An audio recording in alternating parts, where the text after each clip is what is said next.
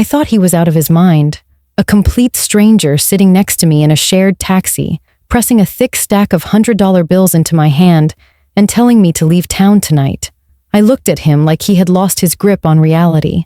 I even laughed a little, nervous and confused. Then he grabbed my arm, looked me straight in the eyes, and said, "You have 1 hour. They're already at your house." His voice was shaking. His hand was trembling against my sleeve. This wasn't a joke. This wasn't a scam. This man was terrified, and he was terrified for me. I pulled my arm away and got out of the taxi at my corner, still holding the money. I watched the car drive away, the stranger's face disappearing into the night. I stood on the sidewalk for a long moment, trying to convince myself that none of it was real. Then I walked home anyway, ignoring every warning he gave me. When I got to my building, my front door was wide open. My apartment had been torn apart, furniture flipped, drawers emptied, glass shattered across the floor, and on my living room wall, spray painted in bright red letters, was a message that made my blood turn to ice. That stranger wasn't crazy. He was trying to save my life, and I almost didn't listen. My name is Jolene. I'm 23 years old, and until recently, I was living a simple, quiet life in a city called Whitmore, about 2 hours south of Chicago. I grew up in a small town not far from there, raised mostly by my grandmother, Opal, after my parents divorced when I was 7. My mom moved to California after the split and slowly stopped calling. My dad remarried a woman who made it clear I wasn't welcome in their new life. Birthday cards became less frequent, then disappeared altogether. By the time I was a teenager, Grandma Opal was the only family I had left. She was a strong woman, the kind who could fix anything with her hands and solve any problem with her words. She taught me how to cook, how to manage money, how to stand up for myself when the world tried to push me around. When I graduated high school, she hugged me and told me I was ready for whatever came next. I believed her. I moved to Whitmore looking for a fresh start. I found a small one-bedroom apartment on the 3rd floor of an old brick building downtown. The hallways smelled like dust, and the elevator barely worked, but the rent was cheap, and the neighborhood was safe. I made it my own. I hung pictures on the walls, bought secondhand furniture, and placed my grandmother's handmade quilt on my bed. It wasn't much, but it felt like home. I got a job as an administrative assistant at a company called Hartwell Holdings. It was a property management firm that handled apartment buildings and commercial spaces across the city. My job was simple. I answered phones, organized files, scheduled meetings, and kept the office running smoothly. The work was boring, but steady, and the paycheck covered my bills with a little left over for savings. Subscribe for more stories, and tell me in comments, where are you watching from? My boss was a man named Gregory Hartwell. He was in his early 50s, always dressed in expensive suits, and spoke with the kind of confidence that came from growing up wealthy. He was polite to me, but distant. I got the feeling he saw the administrative staff as furniture, necessary but not worth much attention. I didn't mind. I wasn't there to impress anyone. I just wanted to do my job and go home. The only real friend I made at work was a woman named Dina. She was in her early 30s, worked in accounting, and had a sharp sense of humor that made the long days bearable. We ate lunch together most days in the small break room on the 2nd floor. She would complain about spreadsheets. I would complain about phone calls, and we would both laugh about the strange things that happened in the office. One afternoon, I mentioned to Dina that I had noticed some odd things in the files I was handling. Payments that didn't match the records, lease agreements with names that seemed fake, properties listed as fully rented that I happened to know were sitting empty. Dina's smile faded. She set down her sandwich and looked at me with serious eyes. "Jolene, let me give you some advice. This company has secrets, big ones. You don't want to know what they are. Just do your job, keep your head down, and don't ask questions you don't want answered." I nodded like I understood, but something about the way she said it made me more curious, not less. I should have listened to her warning. I should have left it alone, but I didn't. And that decision changed everything. I couldn't stop thinking about what Dina said. The more I tried to ignore the strange things I was seeing at work, the more they seemed to multiply. Every day, another file crossed my desk that didn't quite make sense. Another payment that seemed to come from nowhere. Another name on a lease that sounded made up, like someone had pulled it out of thin air. I started keeping mental notes. Building 14 on Crescent Avenue was listed as fully occupied, but I had driven past it once on my way to the grocery store. Half the windows were boarded up. Nobody lived there. Yet every month, rent payments for all 20 units were recorded in the system. The money had to be coming from somewhere, but it wasn't coming from real tenants. One evening, I stayed late at the office. Everyone else had gone home. The cleaning crew wouldn't arrive for another 2 hours.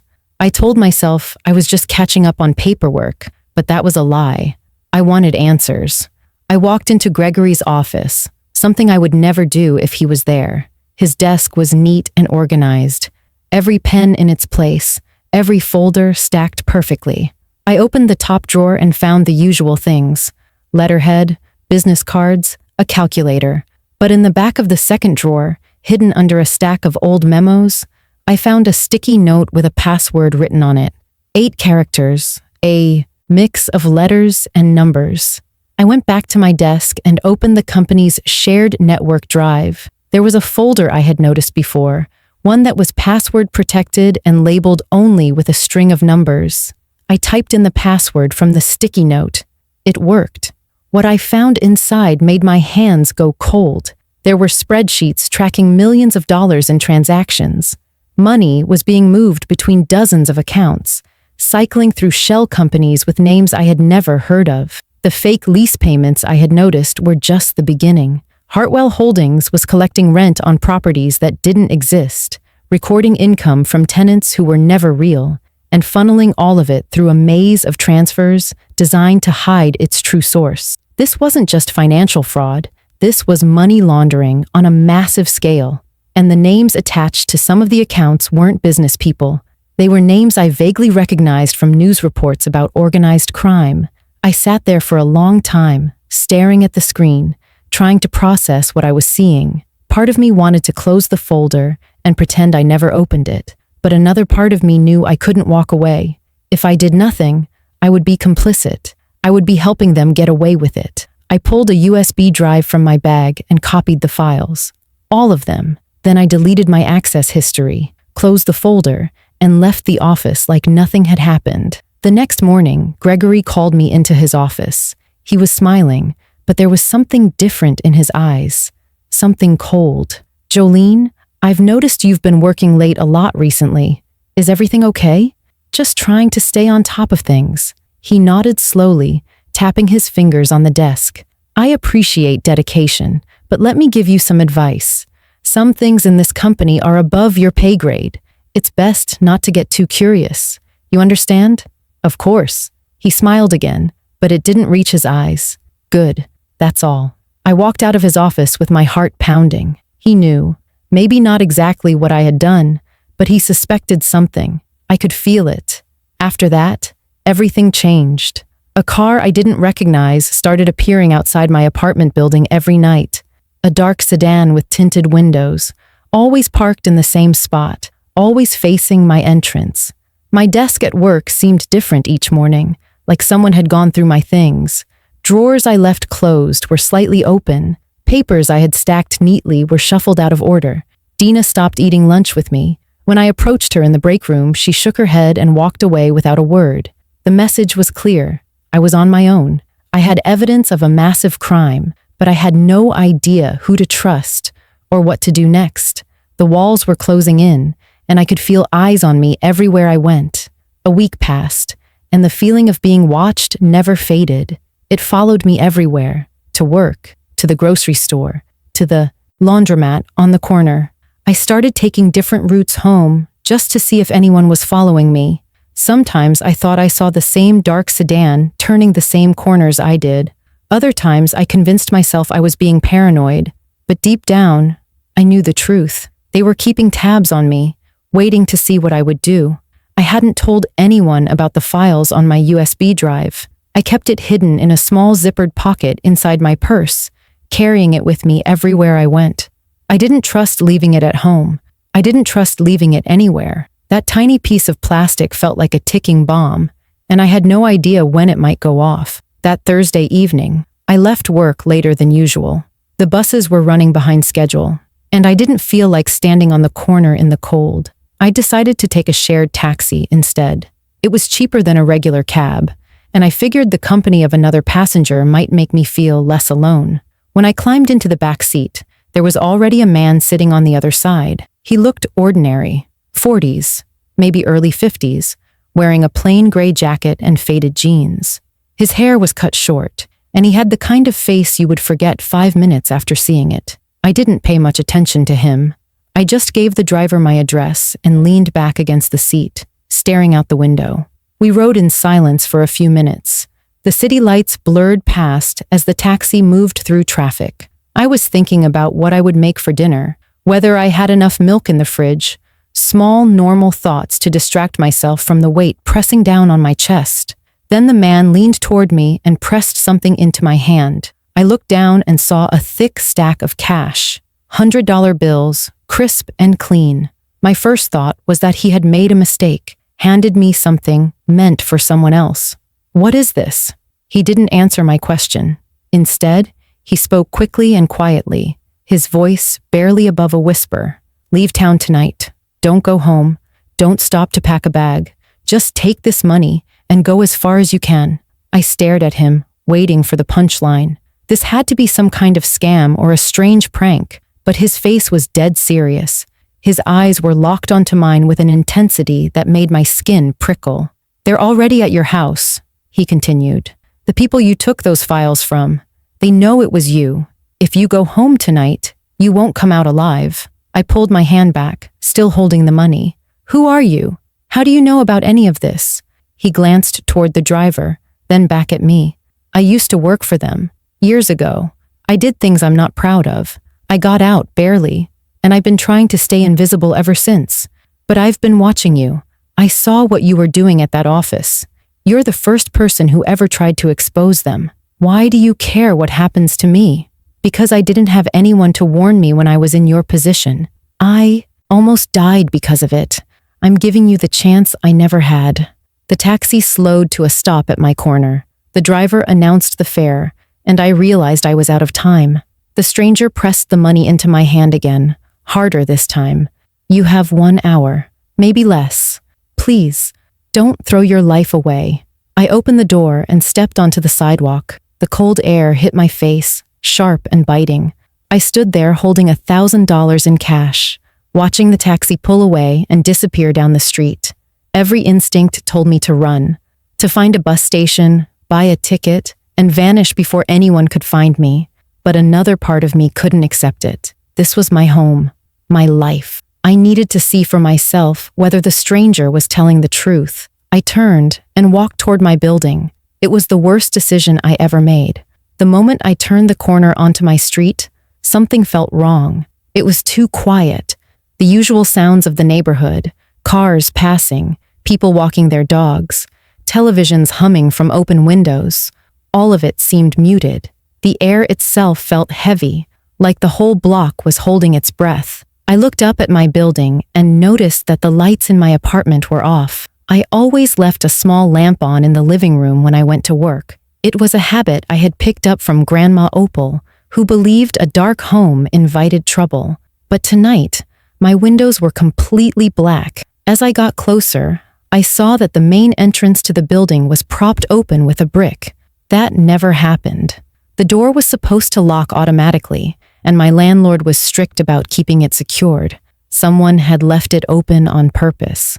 My heart started beating faster. I told myself there was probably a simple explanation. Maybe a neighbor was moving furniture. Maybe the lock was broken. But my body didn't believe those excuses. My hands were trembling as I pushed the door open and stepped into the dim hallway. The elevator was out of order, as usual, so I climbed the stairs to the 3rd floor. Each step felt heavier than the last. The stairwell was silent except for the echo of my own footsteps. When I reached my floor and turned the corner, I stopped breathing. My apartment door was wide open, not just unlocked, but hanging off one hinge like someone had kicked it in with tremendous force. The wood around the lock was splintered and cracked. From where I stood, I could see fragments of glass glittering on the hallway floor. I should have turned around, I should have run back down the stairs and called the police from the street, but I couldn't move. My legs carried me forward like they had a mind of their own. I needed to see what was inside. I stepped through the broken doorway and felt my stomach drop. The place had been destroyed. My couch was flipped upside down. The cushions slashed open and the stuffing scattered everywhere. My television lay face down on the floor. The screen shattered into 1,000 pieces. Every drawer in my small kitchen had been pulled out and dumped. Plates, cups, utensils, all of it was smashed and strewn across the linoleum. I walked further into the apartment, my shoes crunching on broken glass. My bedroom was even worse. The mattress had been torn apart, the sheets ripped off and thrown into the corner. My closet had been emptied, every piece of clothing pulled from its hanger and tossed onto the floor. Even the box where I kept old photographs had been opened and rifled through, pictures of my grandmother scattered like fallen leaves. Then I turned and saw the living room wall. Someone had spray-painted a message in bright red letters, the paint still dripping in places like fresh blood. "We know what you took. You're next." I couldn't breathe. The room started spinning around me. I stumbled backward, knocking into what was left of my bookshelf and nearly fell. I grabbed the wall to steady myself, and my hand came away wet with red paint. I ran. I didn't think about grabbing anything. I didn't look back. I just ran down the stairs as fast as my legs could carry me, nearly tripping twice before I burst through the front door and out onto the street. I didn't stop running until I was 3 blocks away. I ducked into the doorway of a closed bakery, pressing myself against the cold glass, gasping for air. My chest was burning. My eyes were blurry with tears I didn't remember crying. I pulled out my phone with shaking hands and called the only person in the world I trusted completely. Grandma Opal answered on the second ring. Her voice was calm and warm, the way it always was. "Jolene, is everything all right?" "Grandma, I need help. I'm in trouble. Real trouble. I need to come home." There was a pause. Then she spoke, steady and sure. "You come to me right now. Take the bus. Don't stop anywhere. I'll be waiting at the door." I used the stranger's money to buy a bus ticket that night. I sat in the back row with my hood pulled up, clutching my purse against my chest, feeling the weight of the USB drive hidden inside. Every time the bus stopped to pick up new passengers, my heart jumped into my throat. I kept expecting to see someone from Hartwell Holdings walk through the door, someone sent to finish what they started, but no one came. The ride took 4 hours, and I didn't sleep for a single minute. Grandma Opal was waiting on her front porch when the taxi from the bus station pulled up to her house. It was past midnight, but she stood there in her old blue robe like she had all the time in the world. When I climbed out of the car and walked toward her, she opened her arms without saying a word. I fell into them and cried harder than I had cried since I was a child. She didn't ask questions that night.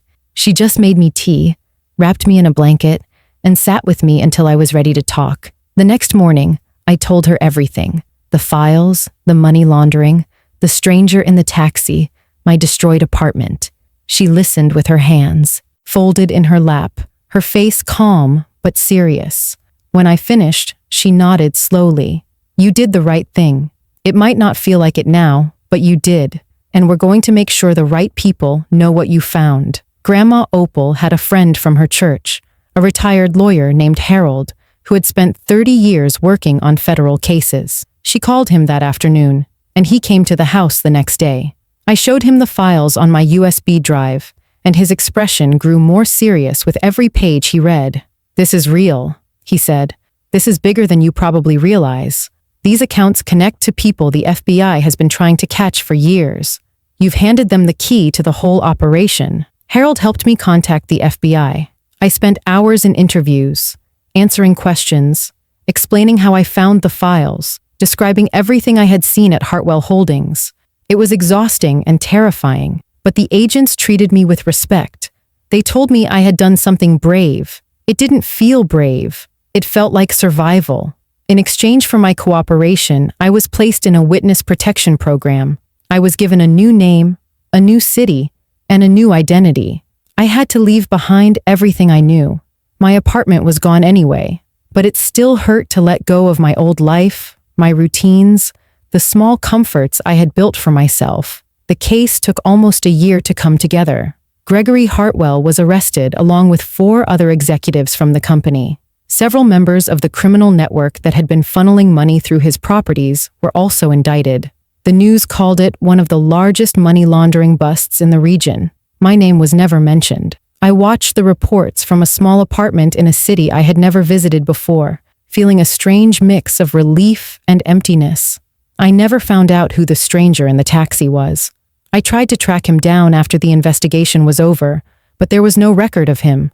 No name, no address, nothing. Whoever he was, he had risked his own safety to warn me, given me money, and disappeared without asking for anything in return. I think about him often. I hope wherever he is, he knows that his warnings saved my life. Grandma Opal passed away last spring. She went peacefully in her sleep, and I was able to visit her one last time before the end. She held my hand and told me she was proud of me. That meant more than any verdict or news headline ever could. I work at a nonprofit now, helping victims of financial fraud rebuild their lives. The work is hard, but it feels meaningful. Every person I help reminds me why I made the choice I made. Staying silent would have been easier in the short term, but it would have cost me my integrity, my conscience, and eventually my soul. I learned that doing the right thing often comes with a price. It can uproot your entire life and leave you starting over with nothing. But there are some things worth more than comfort. Truth is one of them. And so, is being able to look at yourself in the mirror without shame. If you want more stories, subscribe and tell me where you're watching from.